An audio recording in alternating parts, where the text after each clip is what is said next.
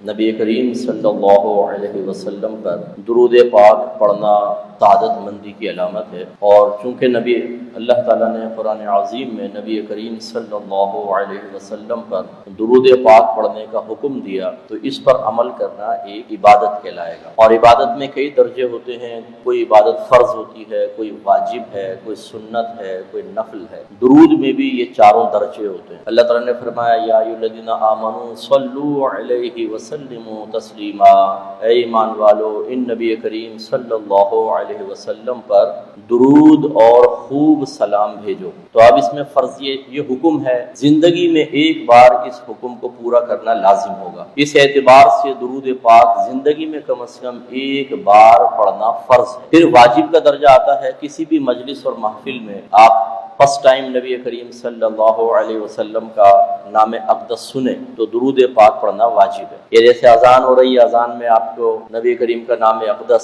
سننے کو ملا تو درود پاک پڑھنا واجب ہوگا۔ پھر اس کے بعد سنت کا درجہ ہوتا ہے، نبی کریم صلی اللہ علیہ وسلم نے خود اپنے اوپر درود پڑھا، جیسے نماز پڑھتے تھے درود ابراہیم پڑھتے تھے، اس میں خود اپنی ذات پر بھی درود پڑھتے تھے سرکار۔ تو یہ اس اعتبار سے یہ سنت بھی ہے۔ اور مستحب کا درجہ یہ ہے کہ ایک مجلس محفل میں آپ نے پہلی بار ذکر سنا تو درود پڑھنا واجب، اس کے بعد جتنی بار آپ سنتے رہیں گے، سب میں بیان کر رہا ہوں، بار بار رحمت کونین صلی اللہ علیہ وسلم کا ذکر آ رہا ہے تو ایک بار واجب، اس کے بعد مستحب ہے۔ مستحب کا مطلب پڑھیں گے تو ثواب ملے گا، نہیں پڑھیں گے تو گناہگار نہیں ہوں۔ تو اچھا ہے زبان سے صلی اللہ علیہ وسلم کم از کم کہہ لیں۔ تو یوں چار درجے ہیں، یہ کبھی فرض ہے، واجب ہے، سنت ہے اور مستحب ہے۔ ایسے ہی آپ کوئی وظیفہ اختیار کرتے ہیں، روزانہ 50 مرتبہ 100 مرتبہ پڑھنا، 10 بار 20 بار پڑھنا، یہ مستحب ہے، افضل نفلی عبادت ہے، کوئی آپ پر لازم نہیں ہے کہ آپ پڑھیں، لیکن پڑھیں گے تو سعادت کی بات ہے۔ اور یہ بس ہمیشہ یاد رکھیں کہ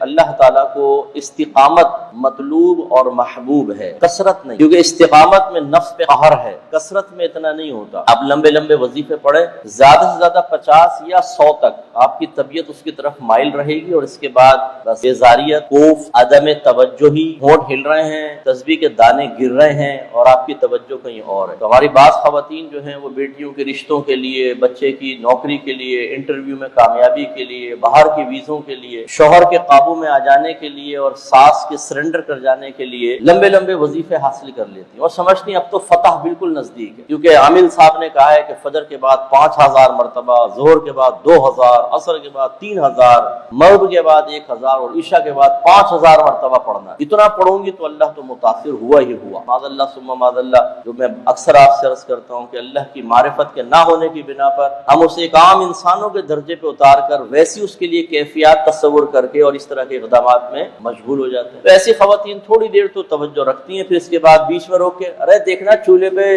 سالن نہ جل رہا ہو، ارے وہ کپڑے لے کر آنا، ارے پانی تو پلا دو۔ وظیفہ پڑھتے ہوئے سارے کام ہو رہے ہیں دنیا بھر، اور پھر وظیفہ تمام کرنے کے بعد امید لگا لینا کہ اب تو میرا کام ہوا ہی ہوا، اور نہیں ہوتا تو اتنی زیادہ مایوسی بڑھتی ہے۔ درود پاک زیادہ پڑھنا کمال نہیں، آپ فضیلتیں سنیں گے، 1000 مرتبہ کی فضیلت، 10,000 مرتبہ کی یہ فضیلت، تو آپ ان تعداد پر نہ جائیں، آپ جائیے استقامت پر۔ روزانہ پڑھیں، چاہے قلیل ترین ہی کیوں نہ ہو، ایک بار پڑھ لیں روزانہ چلے بس بہت، لیکن روزانہ پڑھیں۔ تو ایک تو آپ فوراً ہی پڑھ لیں گے، ویسے میں مبالغہ کر رہا ہوں، 10 بار کر لیں، 50 بار کر لیں، اس سے زیادہ نہ کریں۔ زیادہ جوش ہے 100 کر لیں آپ بس، لیکن ڈیلی۔ اور یہ 100 ایسا ہونا چاہیے کہ صحت میں، بیماری میں، سفر میں، اقامت میں، شادی بیاہ کے ہال میں بھی بیٹھیں اور آپ کو یاد آیا کہ آج درود نہیں پڑھا تو 100 کی تعداد تو پوری کرنی کرنی، حتیٰ کہ بستر پہ جانے سے پہلے یاد آیا کہ آج دن میں درود پاک پڑھنا بھول گیا تو سوئیں گے بعد میں پہلے تعداد پوری کریں گے۔ یہ مطلب جو استقامت ہے یہ ہے شریعت کو مطلوب، اور اس کی برکات ہو۔ تو اللہ تعالی ہمیں سمجھنے کی توفیق عطا فرمائے۔